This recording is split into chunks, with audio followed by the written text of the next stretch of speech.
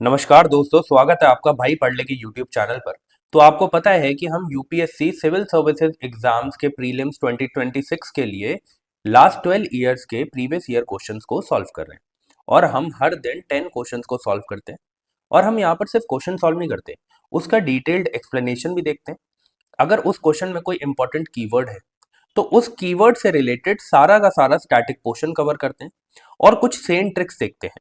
Same tricks क्या है वो मैं आपको क्वेश्चन जैसे ही आएगा तब बताऊंगा।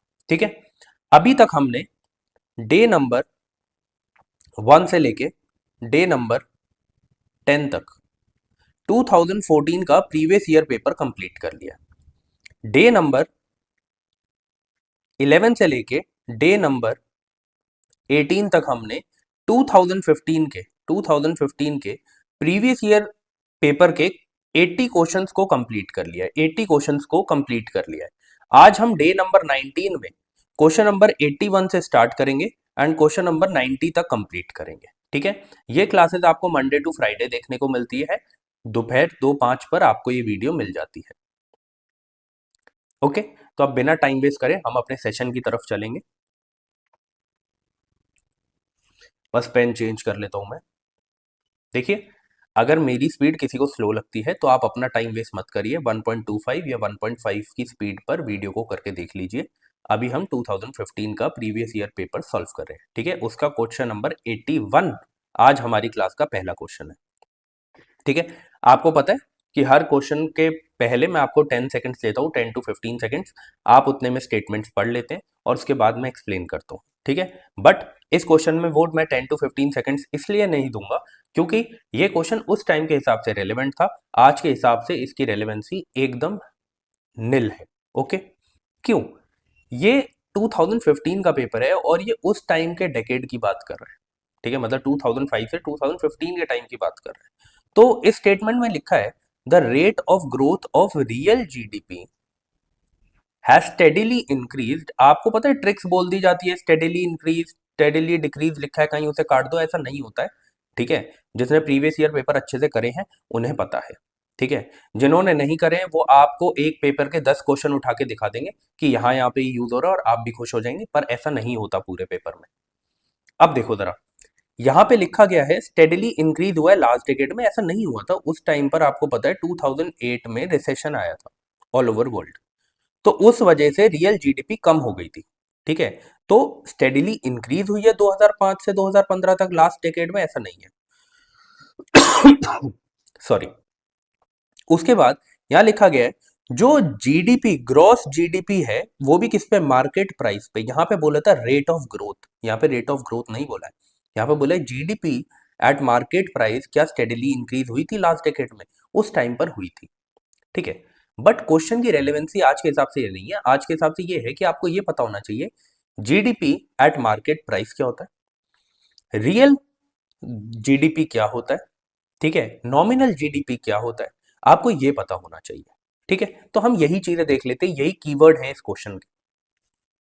देखो, जीडीपी, जीडीपी क्या होता है? जीडीपी बस एक फाइनल मॉनेटरी वैल्यू है सारे फाइनल गुड्स एंड सर्विसेज की जो भी एक कंट्री में प्रोड्यूस हुई है एक साल के अंदर। ठीक है, चलिए लिख देता हूं इसे आपके लिए इंग्लिश में ताकि आपके लिए रिवीजन के टाइम पे आसान हो। GDP is the final monetary value, monetary value. ठीक है, मॉनेटरी वैल्यू का मतलब क्या है, कितना पैसा है। ठीक है, कितने पैसे की है, of all the final goods, all of the final goods, goods मतलब सामान, एंड सर्विसेज तो आपको पता ही है, services produced in a country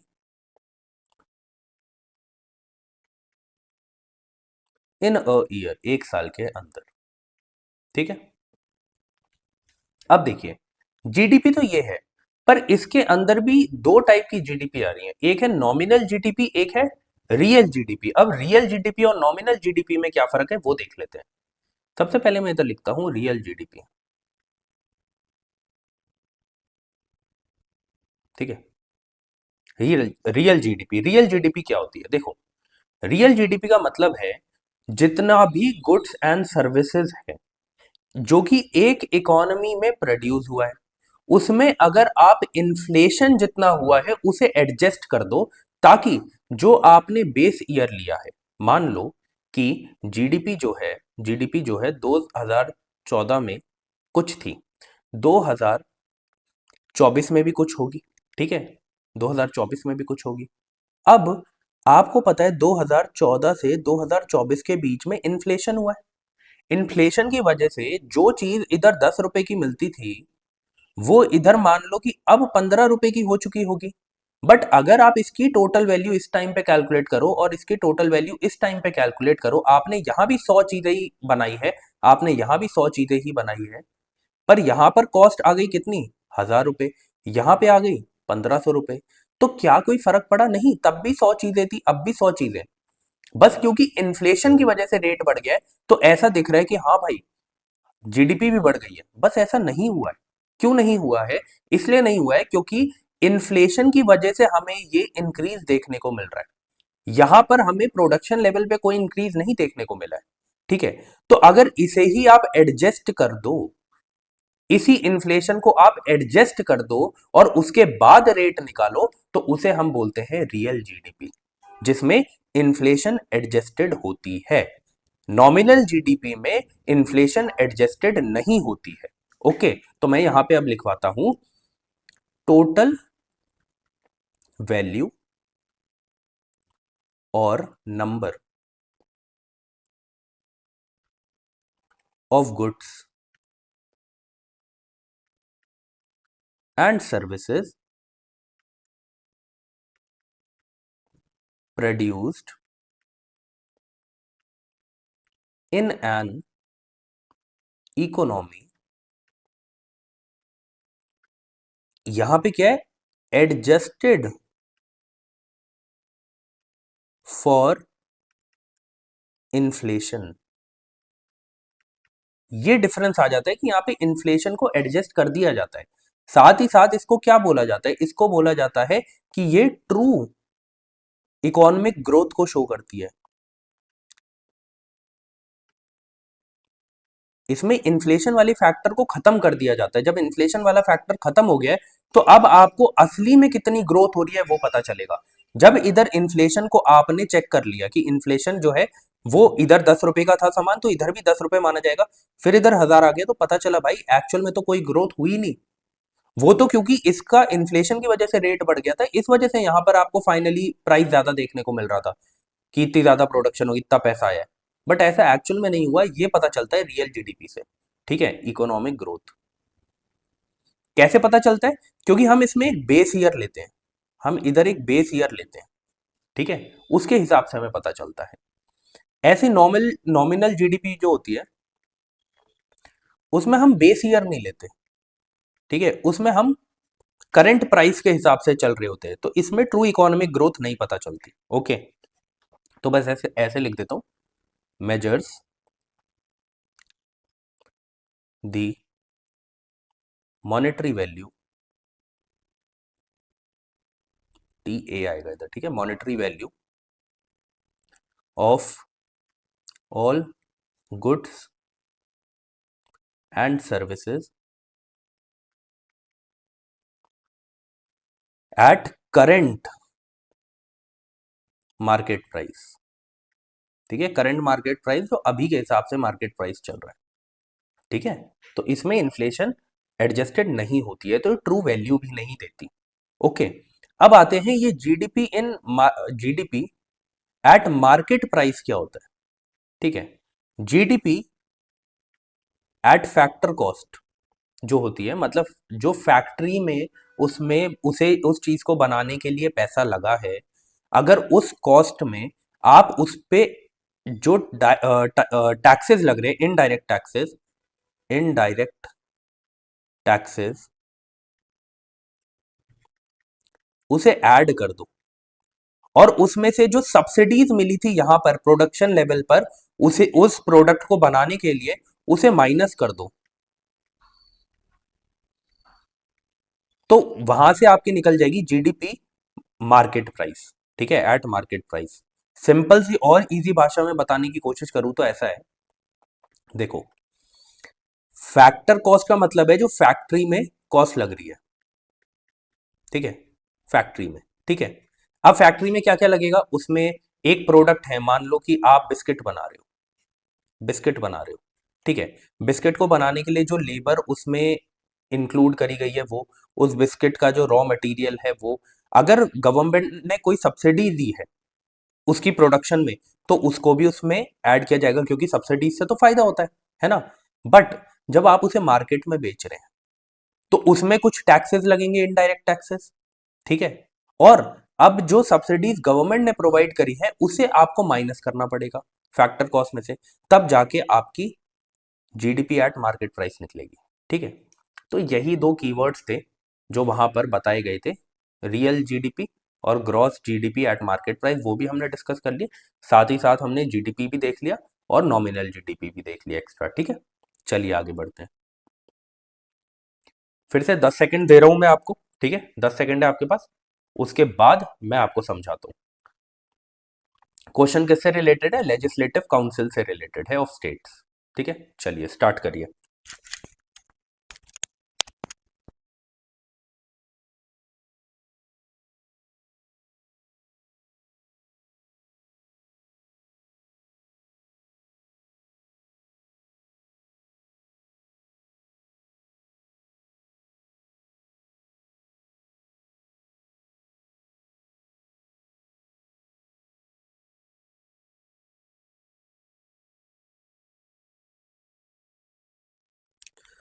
चलिए अब तक तो आपने स्टेटमेंट्स पढ़ ली होगी, है ना।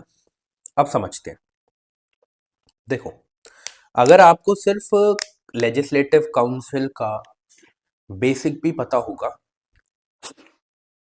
तो आपको इतना पता होगा कि जो लेजिस्लेटिव असेंबली होती है वो साइज में बड़ी होती है लेजिस्लेटिव काउंसिल से, इतना आपको पता होगा, ठीक है। तो यहाँ पे लिखा है, legislative council of a state in India can be larger in size, यहीं पर आप उसे काट देते हैं, ठीक है, than half of the legislative assembly of that particular state. भाई कितना गलत स्टेटमेंट है, हमें पता है लेजिस्लेटिव असेंबली नंबर में बड़ी होती है, ठीक है, कितनी बड़ी होती है क्या है वो सब अभी हम समझेंगे। सेकेंड स्टेटमेंट में लिखा है, the governor of a state nominates the chairman of legislative council of a particular state. बिल्कुल भी नहीं, क्यों, जो भी चेयरमैन होगा उस लेजिस्लेटिव काउंसिल का, उस वो तो आप मतलब कि उनके मेंबर्स ही आपस में इलेक्ट कर कर वहां के चेयरमैन को बनाते हैं, चेयरपर्सन को बनाते हैं। तो ये तो गलत हो गया कि गवर्नर नॉमिनेट करेगा, बिल्कुल भी नहीं, वो इलेक्ट होके आएगा, उन्हीं लोगों में से चूज होके आएगा, ठीक है। तो अब इसके बारे में थोड़ा सा हम यहाँ पे समझ लेते हैं। सबसे पहले लेजिस्लेटिव काउंसिल के बारे में एलसी लिख रहा हूं, ये हमें दिया गया है आर्टिकल नंबर 171 में, ठीक है, आर्टिकल नंबर 171 में यहां पे बोला गया है जो साइज होगा, साइज ऑफ लेजिस्लेटिव काउंसिल, वो कितना होगा, cannot be more than, cannot be more than 1/3 of the size of the size of legislative assembly. मतलब बोला गया है कि लेजिस्लेटिव असेंबली जितनी भी होगी उसका एक तिहाई ही लेजिस्लेटिव काउंसिल का साइज हो सकता है। मान लो अगर लेजिस्लेटिव असेंबली जो है वो उसमें 300 मेंबर है, तो लेजिस्लेटिव काउंसिल में इसका 1/3 मतलब 100 ही हो सकते हैं, उससे ज्यादा नहीं हो सकते। बट वहीं पर अगर आप मान लो कि अगर लेजिस्लेटिव असेंबली में 100 लोग हैं, तो इस रूल के हिसाब से तो लेजिस्लेटिव काउंसिल में सिर्फ 33 लोग ही रह पाएंगे। बट नहीं, एक लोअर लिमिट भी लगा रखी है। वो लोअर लिमिट क्या है, वो ये बोला गया है कि the size of legislative council cannot be less than 40 members, ठीक है। तो मतलब ये 1/3 वाला रूल सिर्फ तब तक लगेगा जब तक वैल्यू 40 से कम ना हो जाए। मतलब यहाँ पे 100 है, 1/3 33 है, लेकिन तब भी मिनिमम 40 होने ही चाहिए। ठीक है, तो 1/3 वाला रूल कब तक लगेगा? जब तक मेंबर 40 से कम नहीं होते। ठीक है, अगर 41 भी है तब भी 1/3 वाला रूल लगेगा। ठीक है, ये आपको पता होना चाहिए कि जो भी साइज होगा उसका 1/3 हो सकता है, बट मिनिमम 40 तो होना ही चाहिए, उससे कम नहीं हो सकता। ये लिखा गया है।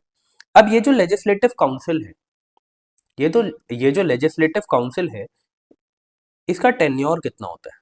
ठीक है, तो आपको सबसे पहले तो ये पता होना चाहिए ये एक परमानेंट बॉडी है, परमानेंट बॉडी है।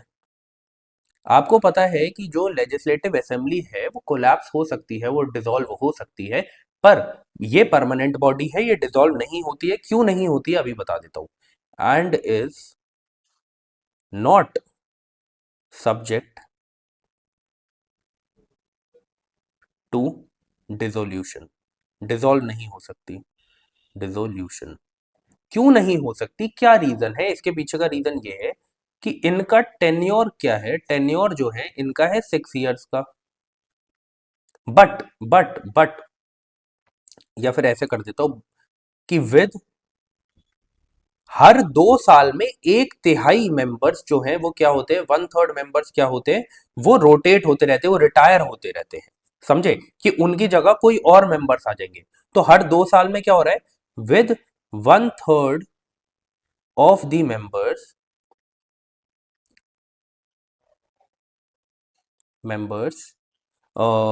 रिटायरिंग, रिटायरिंग कब? Every 2 years. समझा देता हूं जल्दी से। मान लो ये 10 लोग हैं। ठीक है, ठीक है, इनमें से कुछ लोग होंगे जिनका टेन्योर जो है वो टोटल 6 साल का था, पर ये पहले आ गए होंगे। ये समझ लो कि ये 4th ईयर में आ गए, ये 6th ईयर में आ गए, ये 8th ईयर में आ गए। अब जो 4 इयर्स पहले आया था उसके तो 2 साल बाद जो है वो 6 साल कंप्लीट होने वाले होंगे। ठीक है, तो इन लोगों को हटाकर क्या किया जाएगा, इनकी जगह और मेंबर्स को लेके आया जाएगा। ठीक है, फिर से जो 6 साल वाले हैं वो तो क्या है, वो तो इधर जाके उनका काम कंप्लीट हो जाएगा, पर यहां पर जो रिप्लेस करके आए थे उनके पास तो अभी भी 4 साल बचे हैं। तो इसीलिए क्या करते रहते हैं कि जो 6 इयर्स के बाद हर वन थर्ड मेंबर को, 6 इयर्स जैसे उनके कंप्लीट होने वाले हैं, उन उनमें से 1/3 मेंबर को हर 2 साल में क्या किया जाता है, रिटायर कर दिया जाता है, उनकी जगह और लोग आते जाते हैं। तो इस तरीके से सिर्फ 1/3 मेंबर्स ही रिटायर हो रहे हैं, बाकी 2/3 तो अभी भी है वहां पे। तो ये इसीलिए बोला जाता है कि ये कभी भी डिसॉल्व नहीं होती।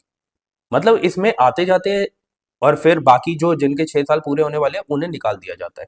ठीक है, बट ये कभी डिसॉल्व नहीं होती। कभी भी ऐसा नहीं होता कि एक ही टाइम पे सारे मेंबर्स जो हैं वो निकल गए, ऐसा नहीं होता। हमेशा 2/3 मेंबर वहां पे रहेंगे। समझे इस चीज को? मैं इसे हटा देता हूँ नहीं तो कंफ्यूज हो जाओगे। आई होप इतनी सी बात आपको समझ में आ गई होगी। ठीक है, अब आते हैं इलेक्शन के ऊपर। है ना, उसमें बोला चेयरमैन को तो गवर्नर अपॉइंट कर रहा है, बिल्कुल भी नहीं। याद रखना, जो चेयरमैन है, chairman of legislative council is elected by the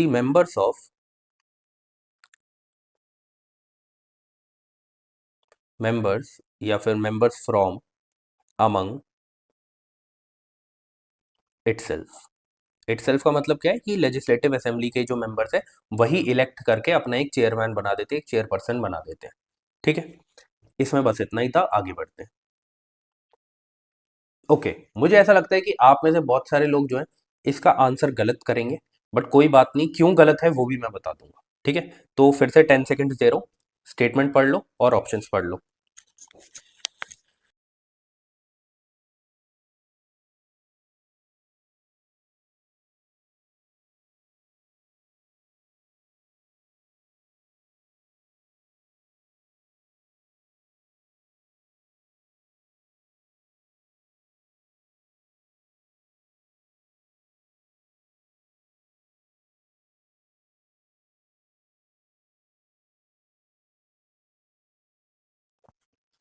चलिए, आई होप आपने पढ़ लिया होगा।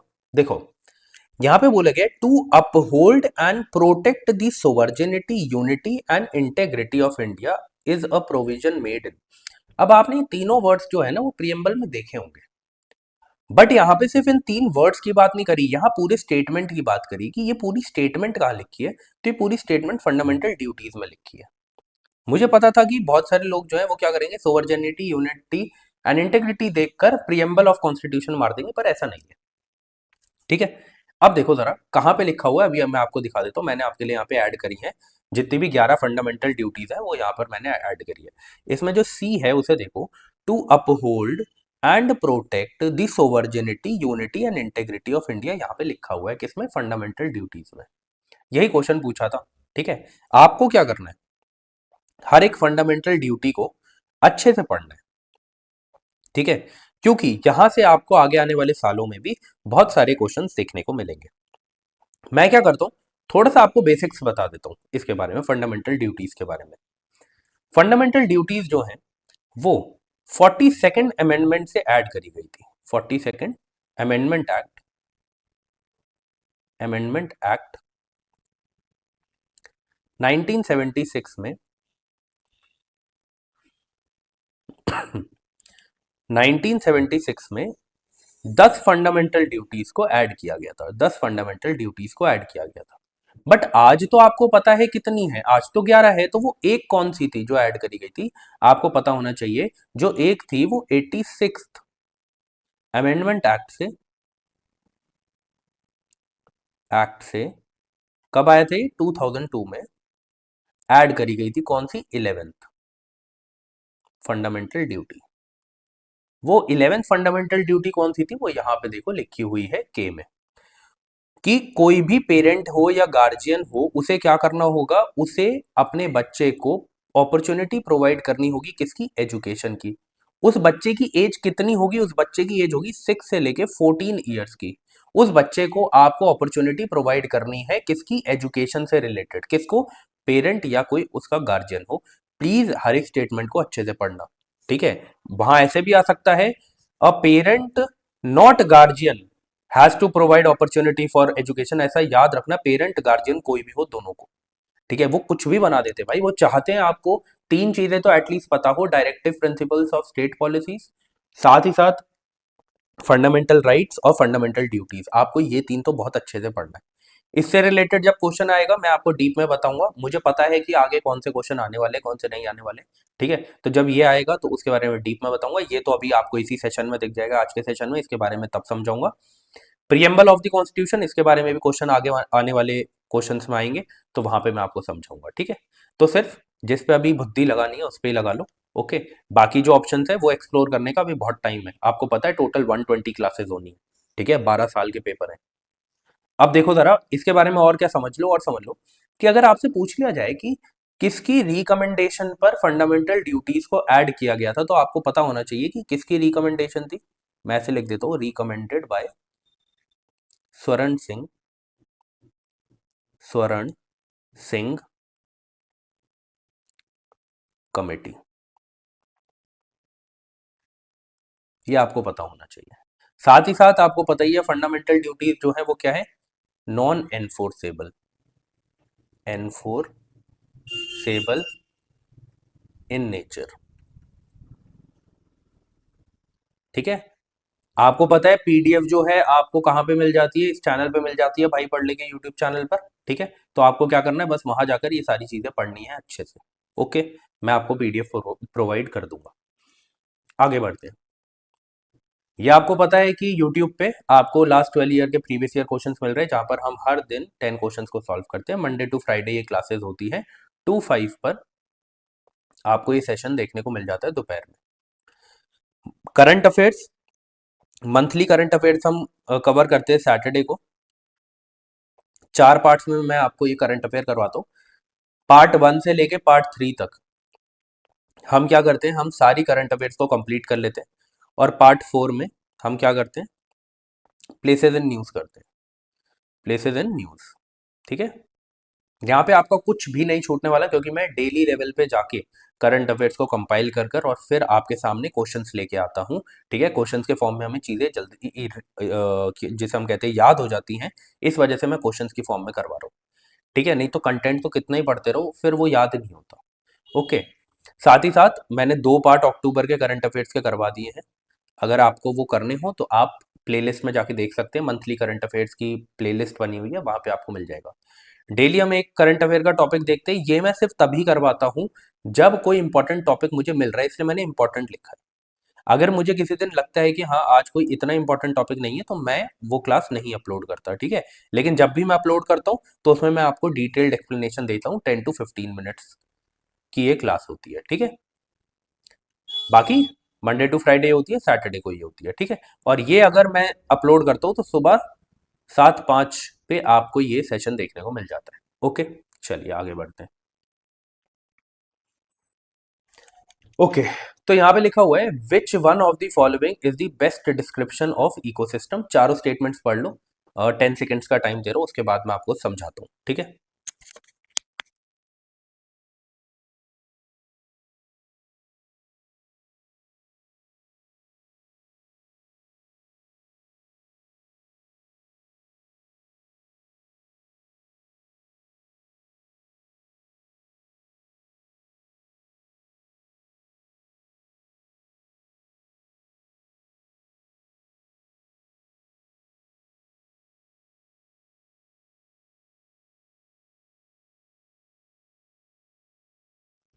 चलिए, आई होप आपने पढ़ लिया होगा। देखो जरा, हो क्या रहा है यहाँ पे, बोला बेस्ट बेस्ट डिस्क्रिप्शन बताना है। ठीक है, a community of organism interacting with one another. देखो मैं ना पहले इकोसिस्टम की एक सिंपल सी डेफिनेशन आपको बता देता हूँ। होता क्या है, सारे living organisms plus non living organisms. ठीक है, नॉन लिविंग ऑर्गेनिजम्स जब ये आपस में इंटरेक्ट करते हैं, ठीक है, किसके साथ, विद सराउंडिंग एनवायरमेंट, यही हमारा क्या होता है, इकोसिस्टम होता है। ठीक है, तो हमें ये तीन चीज ढूंढनी है कहाँ पे, a community of organisms interacting with one another. इसमें इन दोनों की बात तो कर दी, पर क्या सराउंडिंग एनवायरमेंट की बात करी, नहीं करी, तो ये तो नहीं हो सकता। A part of earth which is inhabited by only living organism, नहीं, मैंने बताया आपको नॉन लिविंग ऑर्गेनिजम्स भी इकोसिस्टम का पार्ट है। अ कम्युनिटी ऑफ ऑर्गेनिजम्स, ठीक है, ये दोनों तो आ गए, टुगेदर विद द एनवायरमेंट, तीनों चीजें कवर हो गई, एनवायरमेंट भी, लिविंग ऑर्गेनिजम्स भी और नॉन लिविंग ऑर्गेनिजम्स भी। तो this is the right statement. Flora and fauna, फिर से इधर सिर्फ लिविंग की बात करी गई है, ऐसा नहीं है। ठीक है, तो अब समझ में आ गया आपको कि ये वाली स्टेटमेंट क्यों गलत है और ये वाली करेक्ट क्यों है। यहाँ पे इन्वायरमेंट की बात नहीं करी गई, यहाँ पे इन्वायरमेंट की भी बात करी गई है, और environment is a part of ecosystem. ठीक है, तो हमें तीन चीजें देखनी होती है जब भी इकोसिस्टम से रिलेटेड क्वेश्चन आए, ये तीन चीजें अपने मन में बिठा लो। ठीक है, आगे बढ़ते हैं। जहां टाइम नहीं देना है वहां मैं टाइम नहीं दूंगा, मुझे आपका टाइम वेस्ट नहीं करना है, वीडियो को लंबा नहीं खींचना है, आपको सिर्फ एक पर्टिकुलर टाइम के अंदर मुझे बेस्ट कंटेंट प्रोवाइड करना है, इतना ही मेरा एम है। ओके, अब देखो जरा, यहाँ पे पंचायती राज से रिलेटेड एक इंपॉर्टेंट आपको 4 पॉइंट्स दिए गए हैं कि क्यों, इस क्या ऑब्जेक्टिव था, क्यों इसको स्टार्ट किया गया था। ठीक है, तो ये पढ़ लो, 10 सेकंड दे रहा हूं, उसके बाद मैं आपको समझाता हूं।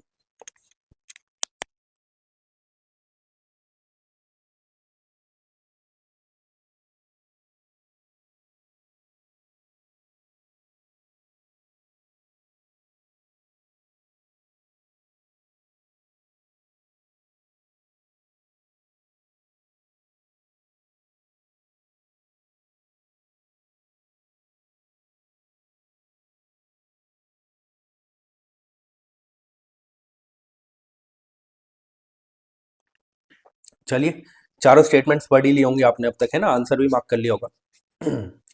देखो ऐसे क्वेश्चन जब, देखो मैं ना आपको एक सिंपल सी बात बताता हूँ, है ना, जो आप हमेशा याद रखना, जितनी भी आपको फालतू ट्रिक्स बताई जाती हैं, वो कभी भी आपके पॉलिटी में, आपके ज्योग्राफी में नहीं लगने वाली, ना इकोनॉमिक्स में लगने वाली है।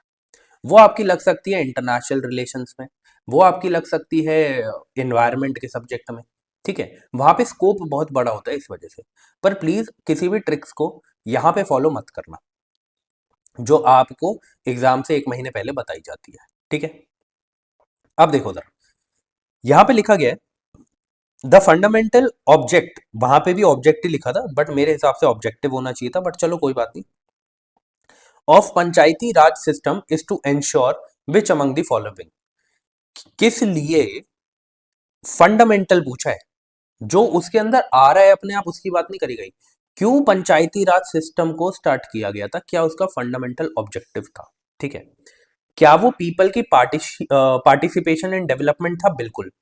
यही तो इसका ऑब्जेक्टिव था कि ग्रास रूट लेवल से ग्रास रूट लेवल तक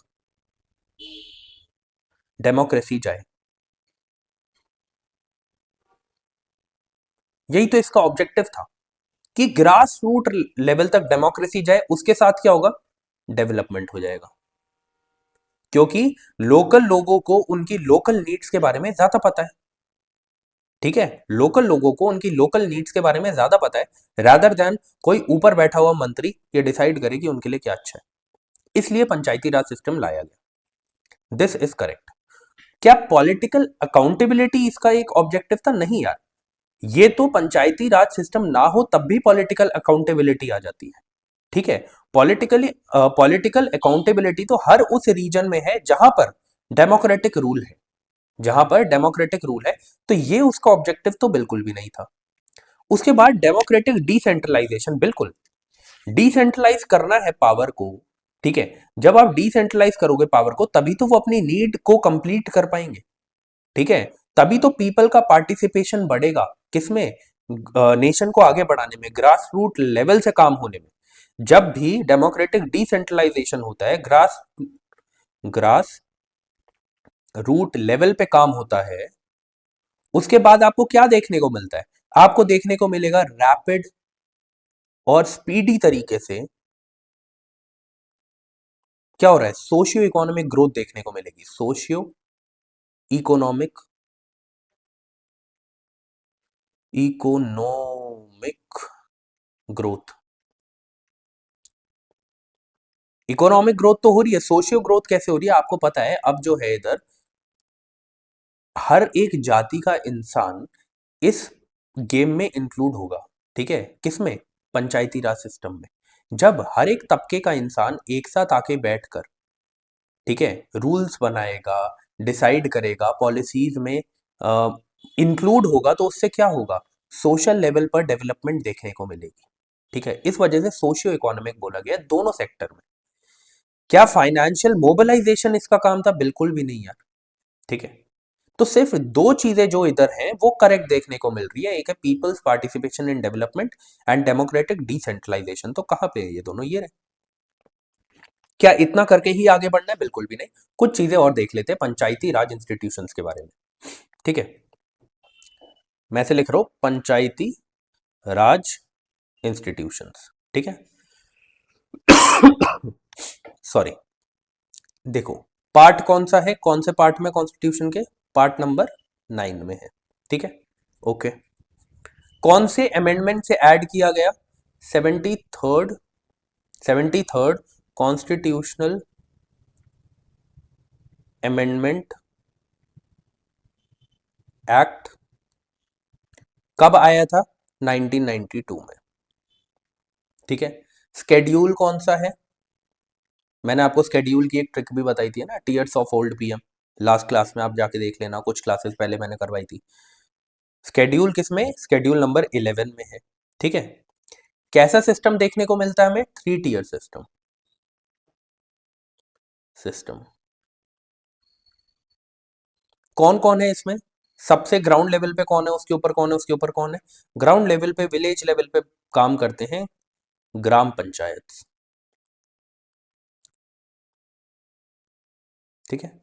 उसके ऊपर कौन काम करते हैं, पंचायत समिति, पंचायत समिति। उसके ऊपर कौन काम करते हैं, जिला परिषद, जिला परिषद। ये आपको जो है इंपॉर्टेंट इसके बारे में पता होना चाहिए था। इसका पार्ट कौन कौन होता है, कौन इसके इलेक्शन करवाता है, वो चीजें भी देख लेते हैं। इलेक्शन कौन करवाएगा, स्टेट इलेक्शन कमीशन, ठीक है, कमीशन करवाएगा। ओके, उसके बाद क्या देखना है, इसमें सीट्स का क्या सीन होता है। एक मिनट रुको यार, मैं जरा चार्जिंग पे लगा लेता हूँ इसको। सीट्स का क्या सीन है, सीट्स कैसे एलोकेट की जाती है, ठीक है, वो भी देख लो। याद रखना कि वन थर्ड सीट्स जो हैं, one third one third seats जो हैं,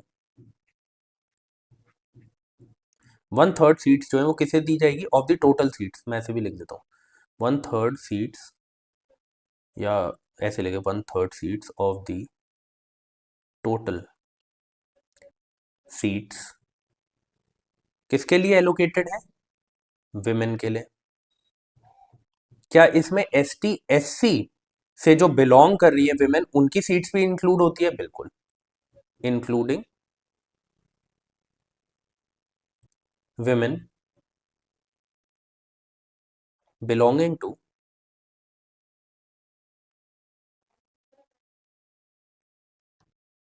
S C and S T categories, ठीक है। इनका इंक्लूजन बहुत इंपॉर्टेंट है, जो भी एस सी और एस टी कैटेगरीज हैं, तभी हमें सोशियो डेवलपमेंट देखने को मिलेगा। सोशल लेवल पर हमें क्या देखने को मिलेगा, डेवलपमेंट देखने को मिलेगा, ठीक है।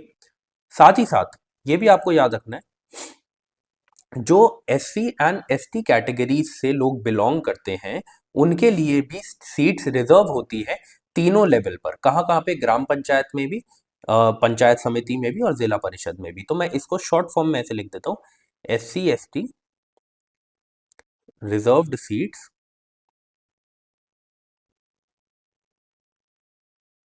ठीक है, और यहां पे ऐसे लिख देता हूं, ऑल थ्री लेवल्स।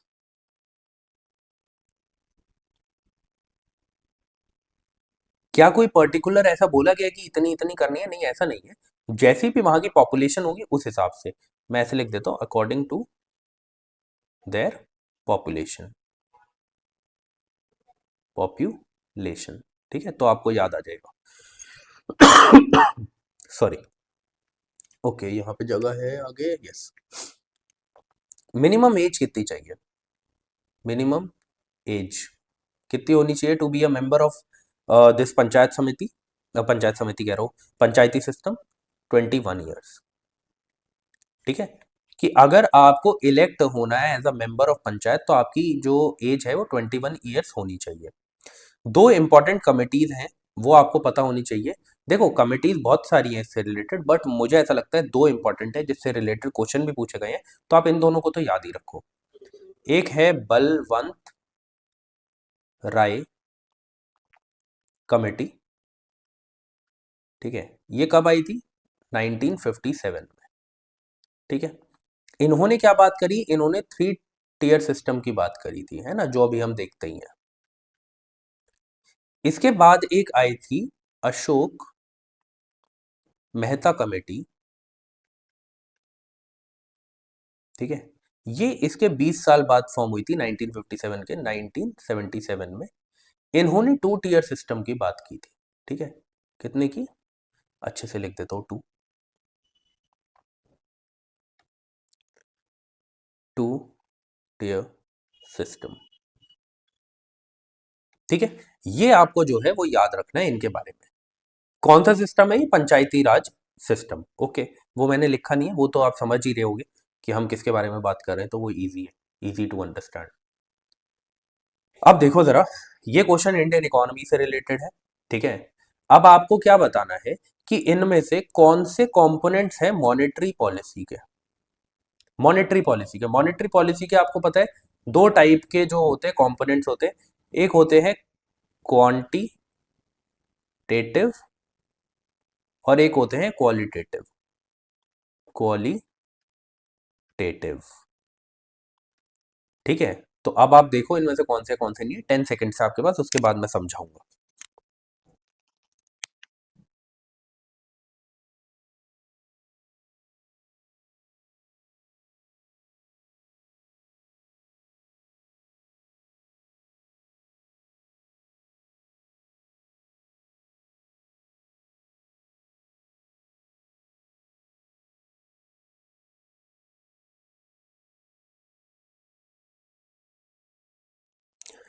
चलो छोटे छोटे टेंगू टेंगू से ही वो है हमारे पास ऑप्शंस, तो उस हिसाब से देख लेते हैं। ठीक है, मैं आता हूँ, इस पे आता हूँ वापस। पहले आई वांट कि आप थोड़ा सा पढ़ो, मैंने कितने पेजेस रखे हैं अरे यार एक ही पेज है, कैसे समझाऊंगा इतने से मैं। चलो देखते हैं, कुछ ना कुछ करते हैं। यहाँ पे पहले ऐड कर देता हूँ मैं, चार्ट मैं इधर ही बना देता हूँ, ठीक है। पता नहीं कैसे मिस हो गया, मेरे को 2 पेजेस रखने चाहिए थे एटलीस्ट। कोई बात नहीं, यूज़ कर लेंगे इधर से ही हम। देखो, यहाँ पर आपको याद रखना है कि मॉनेटरी पॉलिसी या फिर इसे क्रेडिट कंट्रोल बोल लो, ये 2 तरीके के होते हैं, मैं ऐसे लिखता हूँ, क्रेडिट कंट्रोल या मॉनेटरी पॉलिसी, कुछ भी बोल लो, ये 2 टाइप की होती है। मैंने अभी आपको बताया एक क्या होती है, क्वांटिटेटिव, जहाँ पे इंटरेस्ट रेट को ऊपर नीचे कर कर या उसके बैंक्स के ऊपर किसी तरीके के रिस्ट्रिक्शंस लगाकर जो क्रेडिट को कंट्रोल किया जाता है, उसे हम क्वांटिटेटिव रूल बोलते हैं। अभी सब कुछ बताऊंगा। क्वालिटेटिव होते हैं जब पर्टिकुलरली रिस्ट्रिक्शंस नहीं लगा रहे, बट उनको उनके ऊपर प्रेशर क्रिएट कर कर, ठीक है, कोई काम करवा रहे तो उनकी क्वालिटी को इंक्रीज कर रहे हैं। क्वालिटेटिव, 2 टाइप के कंट्रोल होते हैं। जो क्वांटिटेटिव होते हैं उसमें आते हैं जैसे ओपन मार्केट ऑपरेशंस, क्या होते हैं अभी बता दूंगा, जिसमें सिक्योरिटी को खरीद रहे हैं और बेच रहे हैं, ठीक है, बैंक भी और कौन, आरबीआई भी, उसे ऑपरेट ओपन मार्केट ऑपरेशन बोलते हैं। उसके बाद आता है बैंक रेट, ठीक है। उसके बाद क्या आता है, CRR, ये तो अब 2 क्लास पहले ही समझाया, और SLR, ये भी 2 क्लास पहले समझाया, cash reserve ratio, statutory liquidity ratio, ठीक है। उसके बाद आता है, यहां पे लिख देता हूं, LAF। LAF क्या होता है, लिक्विडिटी एडजस्टमेंट फैसिलिटी। इसके अंदर ही 2 पार्ट है, जो कि है रिजर्व, रिजर्व नहीं यार, रेपो रेट, रेपो रेट और रिवर्स रेपो रेट। एक एक चीज अभी मैं आपको समझाऊंगा, ठीक है, इसीलिए मैंने नेक्स्ट वाला पेज रखा है। उसके बाद जो ये क्वालिटेटिव रूल होता है, इसमें क्या करते हैं, पब्लिसिटी, मैंने बोला सिर्फ प्रेशर क्रिएट करना उनको उनकी क्वालिटी मेंटेन करने के लिए, उसे ही क्वालिटेटिव बोलेंगे, ये इतना इंपॉर्टेंट नहीं है। बस आपको पता होना चाहिए क्वांटिटेटिव और क्वालिटेटिव कौन कौन से, क्या डिफरेंस है, बस इससे ज्यादा कुछ नहीं याद रखना, ठीक है। इधर बोलता हूँ publicity, publicity, rationing of credit, moral situation, ठीक है, कि ये मॉरल, ये करेक्ट तरीका है काम करने का, ये नहीं है, ऐसे नहीं करना वैसे नहीं करना, ये जो है ये मॉरल सिचुएशन हो गया, ठीक है। और डायरेक्ट एक्शन, कि अगर किसी ने चीजों को फॉलो नहीं किया ढंग से, तो उसके ऊपर क्या किया, उसके ऊपर एक्शन लिया गया, ठीक है। अगर आपको बोला गया है कि आपको SLR इतना मेंटेन करना है, आप नहीं मेंटेन कर रहे हैं, ठीक है, मतलब आप अपनी क्वालिटी पे क्या कर रहे हैं, क्वालिटी पर आप काम नहीं कर रहे हैं, तो उससे क्या होगा, आपके ऊपर डायरेक्ट एक्शन लिया जाएगा। डायरेक्ट एक्शन कैसे लिया जाएगा, पेनल्टी लगा दी जाएगी। तो ये सारे काम जो है वो क्वालिटेटिव है, ठीक है। अब ना काम ये है कि ये समझना बैंक रेट क्या है, CRR SLR में समझा चुका हूँ लास्ट क्लासेस में, पर ओवरव्यू दे दूंगा, कोई बात नहीं। और रेपो रेट और रिवर्स रेपो रेट, ये चीजें जल्दी से अभी देख लेते हैं, ठीक है। एक चीज उधर रह गई है, वो भी मैं आपको बता देता हूँ, उसके बिना तो हमारा क्वांटिटेटिव रूल इनकम्प्लीट है। MSF, MSF क्या है अभी बता दूंगा, ठीक है, मार्जिनल स्टैंडिंग फैसिलिटी, ठीक है। ओके, सबसे पहले हम देखते हैं बैंक रेट, क्या डिफरेंस है वो भी अभी आपको समझ आ जाएगा। ये एक बैंक है, बैंक, ये ऐसे लिख देता हूँ, ये है RBI, ठीक है। और ये क्या है, ये है बैंक। मैं डेफिनेशन लिखवाऊंगा, उसे रट्टा मारोगे, उससे अच्छा समझ ही लो। एग्जाम में तो जो समझ में आई हुई चीजें होती हैं वही काम करती है ना। RBI ने इसको, बैंक को क्या दिया, लोन दिया, ठीक है, उसको लोन दिया। उस पर कुछ क्या लग रहा होगा, उस पर कुछ इंटरेस्ट लग रहा होगा, इंटरेस्ट लग रहा होगा, परसेंटेज पे इंटरेस्ट लग रहा होगा, वही इंटरेस्ट है बैंक रेट। पर इसमें डिफरेंस क्या है कि लॉन्ग टर्म के लिए दिया जाता है, लॉन्ग टर्म के लिए, पहली चीज। दूसरी चीज, इसमें बैंक को, आरबीआई को कोलेटरल प्रोवाइड करने की जरूरत नहीं है, कोलेटरल प्रोवाइड करने की जरूरत नहीं है। ठीक है, तो क्या प्रोवाइड करने की जरूरत नहीं है? Collateral, COLATERAL, collateral. ठीक है, उसके बाद आता है, मैं ना अभी बैंक रेट के बाद रेपो रेट और रिवर्स रेपो रेट बता रहा हूं क्योंकि वो बैंक रेट से ही रिलेटेड है। ठीक है, तो वो क्या है? Repo rate. रेपो रेट क्या है? रेपो रेट में हो जाता है उल्टा। ठीक है, ये आरबीआई है, ये बैंक है, इसमें लोन तो आरबीआई ही दे रहा है, लोन तो आरबीआई ही दे रहा है,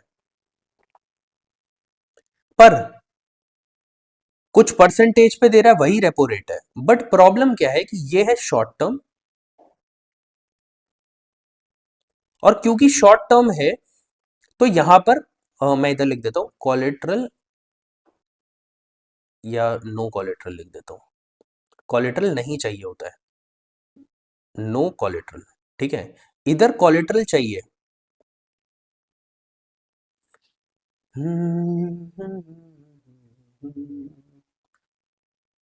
कोलेट्रल, पता नहीं क्या हो रहा है, स्पेलिंग को दिमाग में है, लिखी नहीं जा रही, क्या हो रहा है पता नहीं। फिर से लिखूंगा, 10 बार लिखूंगा चाहे। कोलेटरल, ठीक है, कोलेटरल नीडेड। क्यों? क्योंकि शॉर्ट टर्म के लिए लोन दे रहा है ना। शॉर्ट टर्म में क्या होता है कि बैंक वो वापस कर पाए ना कर पाए, उसके चांसेस बहुत हाई है कि उसमें कोई हमें क्या देखने को मिल सकती है, कोई गुंजाइश देखने को मिल सकती है कि क्या पता ना कर पाए शॉर्ट टर्म में। तो इसलिए कोलेटरल चाहिए ताकि आरबीआई की अपनी लिक्विडिटी पे कोई असर ना पड़े। ठीक है, यहां पर कोलेटरल नहीं चाहिए, लॉन्ग टर्म के लिए दिया हुआ लोन है ये। ठीक है, वहीं पर जो रिवर्स रेपो रेट है, रिवर्स, ये क्या है? ये एकदम ऑपोजिट है किसका? रेपो रेट का। इसमें ये फिर से आरबीआई, ये है बैंक। इसमें बैंक जो है वो आरबीआई को लोन देता है। एक्चुअल में आरबीआई को लोन की जरूरत नहीं है, बट जब बैंक बैंक से पैसा खींचना होता है, जब इन्फ्लेशन आ गई है, अभी मार्केट में पैसा ज्यादा है, तो अब क्या करना है? मार्केट से पैसे को खींचना है। तो उस टाइम पे क्या होता है?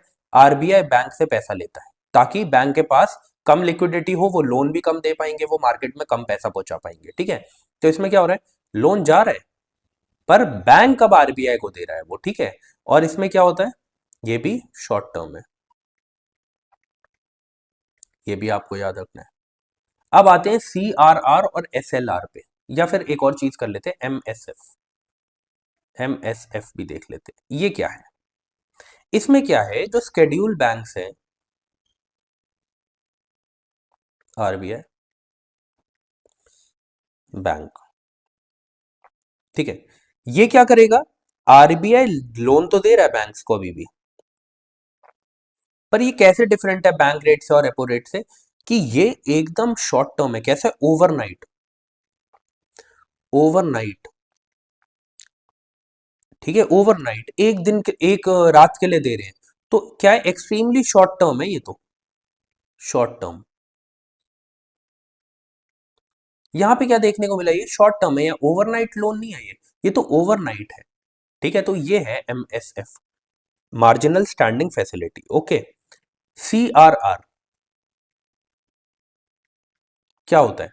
मैं पहले लिखवा चुका हूं, ठीक है, अभी बस समझा देता हूं बोल के। कैश रिजर्व रेशियो क्या होता है कि बैंक के पास बहुत सारा कैश है, ठीक है, तो अब बैंक, आरबीआई क्या बोलता है? आरबीआई बोलता है ला भाई अपना पैसा मेरे पास जमा रख। ठीक है, ताकि ऐसा ना हो कि वो सारा का सारा कैश यूज कर ले, ठीक है, और लिक्विडिटी हार्म हो। इस वजह से वो क्या करते हैं? आरबीआई आरबीआई बोलता है कि मुझे, मेरे पास अपना कैश जो है वो रिजर्व कर, ओनली कैश। बैंक को बोलता है कैश रिजर्व करो, कुछ परसेंटेज होती है, उस परसेंटेज के हिसाब से। वहीं पे जो SLR है, ये भी समझा चुका हूं पिछली क्लासेस में। इसमें भी आरबीआई कहता है कि तुम्हें अपने पास, बैंक को कहता है तुम्हें अपने पास अपने पास विद देमसेल्व्स अपने पास ही कुछ पैसा, कुछ परसेंटेज ऑफ पैसे की अपने पास ही रखनी है। क्या वो सिर्फ कैश के फॉर्म में होगी? नहीं, वो कैश के फॉर्म में भी हो सकती है, वो सिक्योरिटीज के फॉर्म में भी हो सकती है, वो गोल्ड के फॉर्म में भी हो सकती है, कैसे भी हो सकती है, अपने पास ही रखनी है। बट सीआरआर में क्या है, सिर्फ कैश के फॉर्म में, और वो भी आरबीआई के साथ रखनी है। ये डिफरेंस है एसएलआर और सीआरआर में। ठीक है, आई होप आपको समझ में आ गया होगा। बहुत इजी वे में मैंने आपको समझाने की कोशिश करी है। ठीक है, डेफिनेशन पढ़कर बहुत सारी चीजें क्लियर नहीं होती है, जो ऐसे डायग्राम समझ के हो जाती है। ठीक है, एक बार अगर आपको लग रहा हो कि नहीं समझ में आए, एक और बार देखना, नहीं समझ आता तो फिर भाई कमेंट सेक्शन में मुझे बताना, कल फिर समझा देंगे, उसमें कौन सी बड़ी बात है। अब देखो जरा, अब जो है इन्फ्लेशन से रिलेटेड स्टेटमेंट है। ठीक है, इन्फ्लेशन से रिलेटेड स्टेटमेंट है, तो फिर से 10 सेकेंड दे रहा हूं मैं आपको। ठीक है, इसे पढ़ो और उसके बाद मैं समझाता हूं।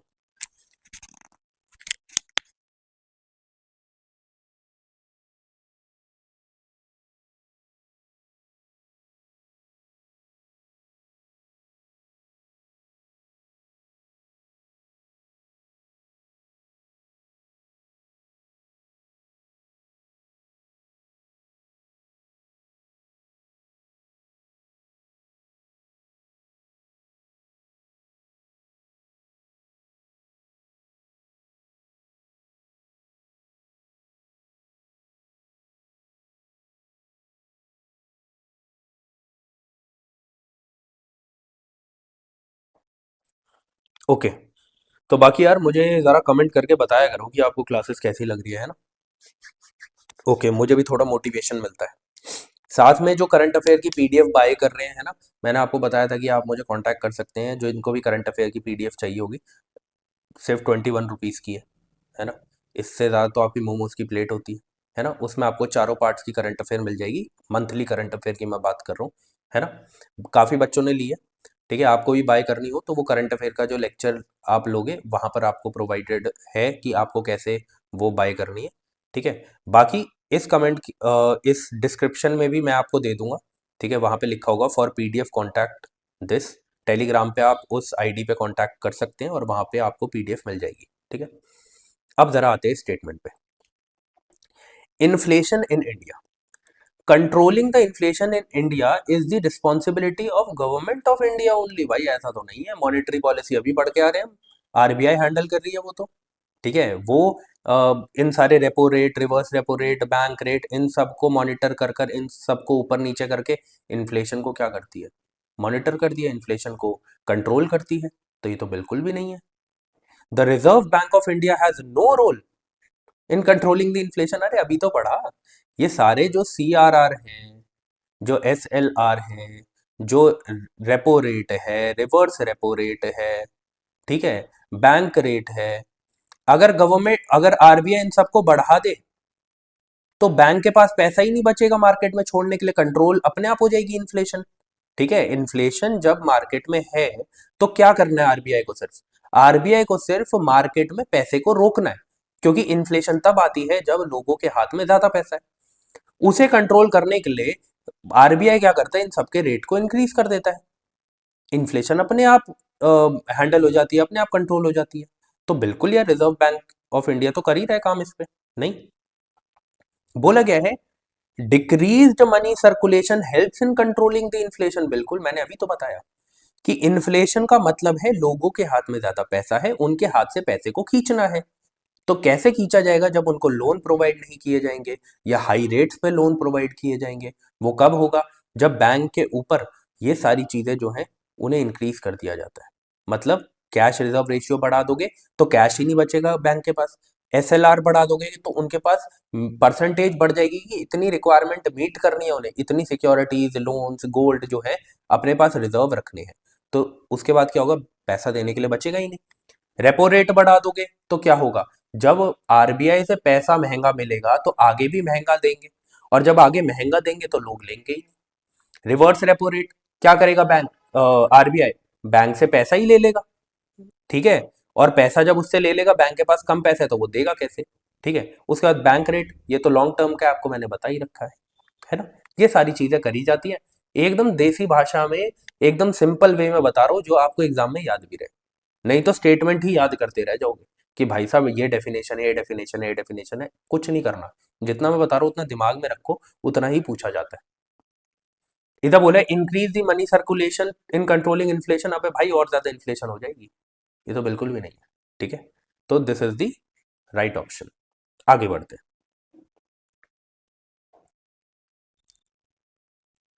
ओके, 88 क्वेश्चन है। यहाँ पर जो क्वेश्चन है ना, ये बोला गया है आपको ये बताना है कि न्यूक्लियर वेपन स्टेट्स कौन सी हैं, ठीक है, जो कि रिकॉग्नाइज करी गई है treaty of non proliferation of nuclear weapons के हिसाब से। आपको पता है न्यूक्लियर वेपन स्टेट्स हैं काफी, बट इसने किस किस को रिकॉग्नाइज किया है वो आपको बताना है। ठीक है, 10 सेकेंड्स दे रहा हूँ, सारे ऑप्शंस पढ़ लो, उसके बाद समझाता हूँ।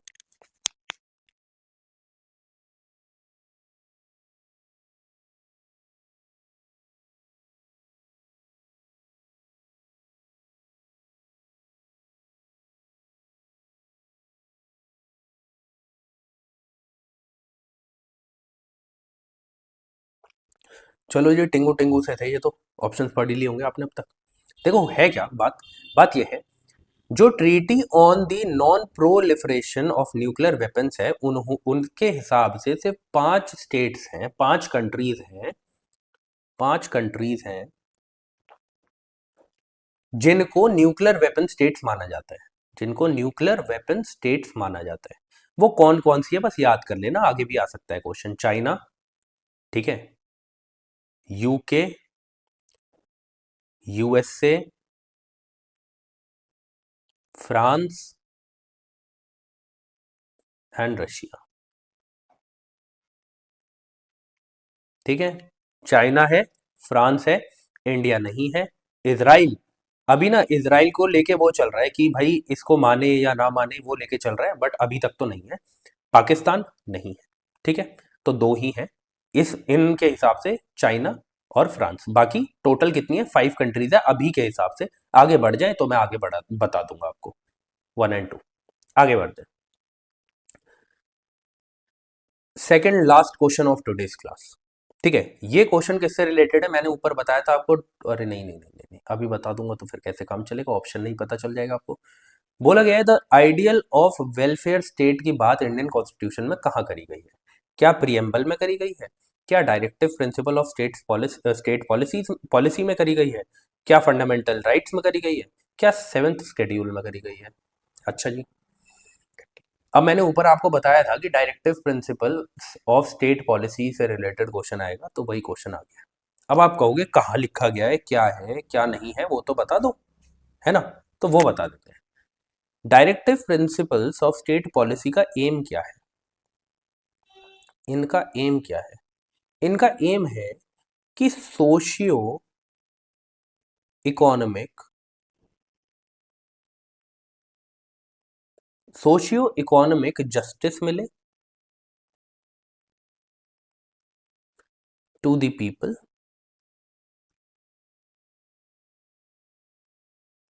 अब सोशियो इकोनॉमिक का मतलब क्या है, अभी मैंने आपको ऊपर समझा दिया। ठीक है, एंड साथ ही साथ इंडिया में एक वेलफेयर स्टेट को इस्टेब्लिश किया जा सके। ठीक है, एंड इस्टेब्लिशिंग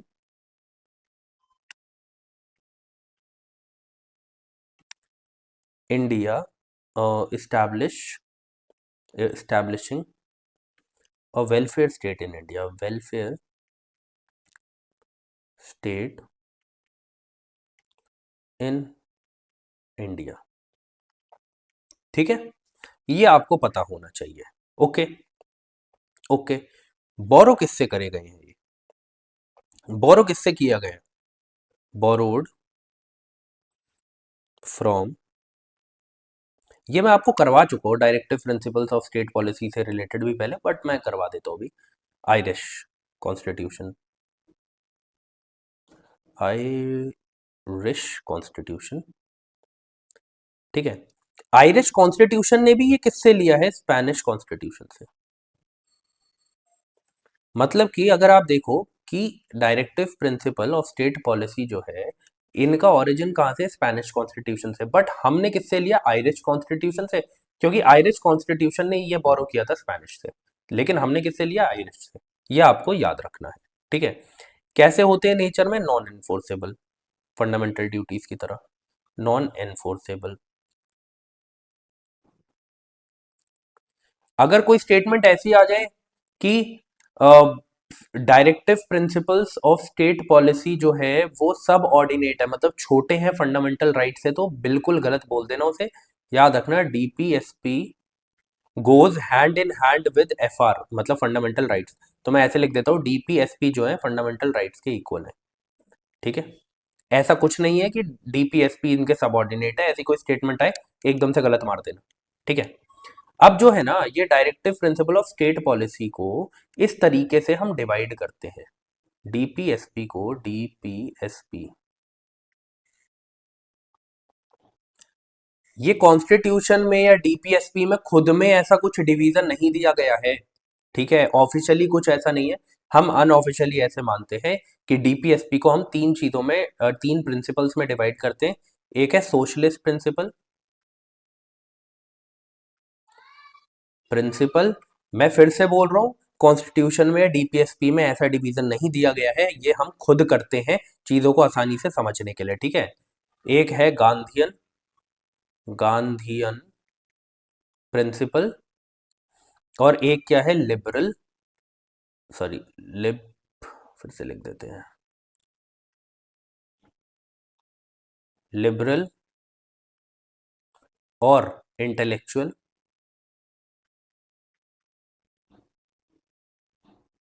प्रिंसिपल। मैं आपसे बस इतना चाहता हूं, जब आप अपनी लक्ष्मीकांत को खोलेंगे, या जो इनके पास लक्ष्मीकांत नहीं है वो नेट पे भी देख सकते हैं, सोशलिस्ट प्रिंसिपल्स कौन कौन से। सोशलिस्ट प्रिंसिपल के, चलो मैं आर्टिकल्स लिख देता हूँ, ठीक है। Article number 38, 39, 39A, 41, 42, 43, 43A, 47। Gandhian principal में कौन कौन से आते हैं? Article number 40, 43, 43B, 46, 47, 48। इन्हें याद करना बहुत आसान है, 40 के बाद 3 का गैप, फिर 43B, फिर इसके बाद 3 का गैप, 46, और 47, 48, ठीक है। फिर लिबरल में कौन कौन से आते हैं? 44, ये तो पता ही होगा सबको, है ना, यूसीसी। 44, 45, 48, 48A, 49, 50, 50 में आपको पता है सेपरेशन ऑफ पावर दे रखी है, जुडिशरी की और एग्जीक्यूटिव की। और यहाँ पे क्या है, 51 में आपको पता ही है कि यहाँ पे बोलते हैं कि इंटरनेशनल पीस एंड सिक्योरिटी होनी चाहिए, ठीक है, उससे रिलेटेड बात करी गई है। तो जहां जहां पर किसी आर्टिकल से रिलेटेड चीजें आएंगी मैं आपको करवा दूंगा, बट मैं चाहता हूँ कि एक सेग्रीगेशन हो, कि आपके दिमाग में आपको पता चले, जब आप एनसीआर, वो सॉरी, लक्ष्मीकांत पढ़ो, कि ये सोशलिस्ट प्रिंसिपल है, ये गांधीयन है, और ये लिबरल है, ये आर्टिकल्स है। बस आई वॉन्ट दिस कि आपको इतना पता हो, ठीक है। बाकी जब यूसीसी से रिलेटेड आएगा मैं तब आपको ये पूरा अच्छे से करवाऊंगा। जब कोई गांधीयन प्रिंसिपल से रिलेटेड आता है तो मैं सारे आर्टिकल्स आपको बताऊंगा। जब लिबरल से रिलेटेड कोई आगे आएगा आर्टिकल तो मैं आपको सारे बता दूंगा। जब सोशलिस्ट प्रिंसिपल से रिलेटेड कोई आर्टिकल आएगा तो मैं आपको सारे बता दूंगा। अभी आई जस्ट वांट कि आपके दिमाग में एक सेग्रीगेशन हो कि ये अलग अलग है। ओके, आगे बढ़ते हैं। ओके, यहाँ पे बोला गया है क्वेश्चन नंबर 90 में कि, मैं फिर आपको 10 सेकंड दूंगा, बस एक बार समझा देता हूं, कि अगर स्टील को, substitution of steel for wooden plugs, कि वुडन प्लग्स को सब्सटीट्यूट करके स्टील के प्लग्स लाए जाए, है ना, खोदने वाला आपको पता है ना, जो भी एग्रीकल्चर से जुड़ा हुआ उसे पता होगा कि प्लग्स क्या होते हैं। In agricultural production is example of,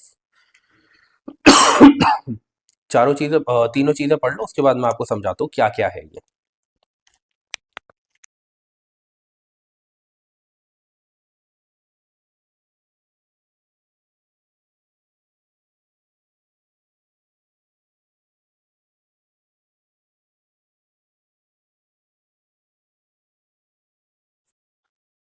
चलिए देखो, एक एक करके समझा दो, फिर आप खुद ही समझ जाओगे आंसर क्या है ना। ये थोड़ा सा टिपिकल है, ये हम पढ़ते नहीं है ना, तो इसलिए मैं आपको समझा देता हूँ क्या है।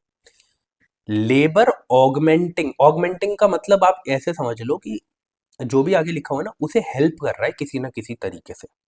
तो लेबर को जो टेक्नोलॉजिकल प्रोसेस हेल्प करेंगे उसे हम क्या बोलेंगे, लेबर ऑगमेंटिंग टेक्नोलॉजिकल प्रोसेस। इसमें क्या होगा, इसमें आपकी जो लेबर की है ना वो एफिशिएंसी जो है वो इंक्रीज हो जाएगी, एफिशिएंसी इंक्रीज हो जाएगी। ठीक है, एफिशिएंसी इंक्रीज हुई तो क्या होगा, प्रोडक्टिविटी इंक्रीज हो जाएगी, प्रोडक्टिविटी इंक्रीज हो जाएगी। ठीक है, तो मतलब हो क्या रहा है कि इनपुट उतना ही है, इनपुट सेम है, बट आउटपुट में हमें क्या देखने को मिलेगा, आउटपुट इंक्रीज हो गया है। ठीक है, ये हमें देखने को मिलेगा कब, लेबर ऑगमेंटिंग टेक्नोलॉजिकल प्रोसेस में। पहले भी 10 ही लोग थे, बट अब टेक्नोलॉजिकल प्रोग्रेस इतनी हो गई, कुछ मशीन्स आ गई है, कुछ आ गई, जिसकी वजह से अब हम प्रोडक्शन ज्यादा कर पा रहे हैं। ठीक है, उसको कहेंगे लेबर ऑगमेंटिंग टेक्नोलॉजिकल प्रोसेस। ऐसी कैपिटल ऑगमेंटिंग टेक्नोलॉजिकल प्रोसेस क्या होता है, इसमें यह होता है कि हम क्या कर रहे हैं, हम प्रोडक्टिविटी को एनहांस कर रहे हैं, किसकी, जो भी गुड्स है, जो भी कैपिटल गुड्स है। कैपिटल का मतलब क्या है, जो भी आप इन्वेस्टमेंट कर रहे हो अपनी प्रोडक्शन को बढ़ाने के लिए, उससे फायदा लेने के लिए, उसे कैपिटल बोलेंगे। समझे, तो इसीलिए ये वो कैपिटल ऑगमेंटिंग मतलब कि हम कैपिटल में इन्वेस्ट कर रहे हैं, हम इनिशियल टेक्नोलॉजी में जो उसमें काम आ रही है, अगर मशीन है तो मशीन में इन्वेस्ट कर रहे हैं उसके टेक्नोलॉजी को बढ़ाने के लिए। ठीक है, अगर हमारी कैपिटल लैंड है तो हम लैंड को इंक्रीज करने के लिए क्या टेक्नोलॉजी उसमें इंट्रोड्यूस कर सकते हैं कि उससे प्रोडक्टिविटी बढ़ाई जा सके, उसमें हम इन्वेस्ट कर रहे हैं। तो इधर क्या हो रहा है, इधर भी प्रोडक्टिविटी इंक्रीज हो रही है, इधर भी प्रोडक्टिविटी इंक्रीज हो रही है, बट किसकी हेल्प से, किसकी हेल्प से, जब हम अपने कैपिटल कैपिटल गुड्स में एडवांसमेंट कर रहे हैं, एडवांसमेंट कर रहे हैं। ठीक है, कैपिटल गुड्स में। अब देखो यहां पे क्या है, यहां एक खेती बाड़ी जो कर रहा है उसके लिए तो वुडन प्लग की जगह अगर स्टील प्लग ला रहे हो तो उसके कैपिटल में इन्वेस्ट कर रहे हो। अब उसके कैपिटल में आपको पता है वुडन प्लग से ज्यादा अच्छा क्या है, स्टील प्लग, उससे ज्यादा अच्छे से आप काम कर सकते हो। तो क्या कर रहे हो आप, कैपिटल में इन्वेस्ट कर रहे हो। तो इसका राइट आंसर है कैपिटल ऑगमेंटिंग टेक्नोलॉजिकल प्रोसेस। अगर आप लेबर को हेल्प करते कोई नई टेक्नोलॉजी लाके, कुछ भी लाके, तो वो लेबर ऑगमेंटिंग टेक्नोलॉजिकल प्रोसेस होता। ठीक है, कैपिटल रिड्यूसिंग टेक्नोलॉजिकल प्रोसेस, कि उन टेक्नोलॉजी को इंट्रोड्यूस करो जिससे इनिशियल कैपिटल जो है या इन्वेस्टमेंट जो है उसे कम किया जा सके। समझ रहे हो, ये इसका मतलब है। इधर क्या हो रहा है, lower the amount of capital.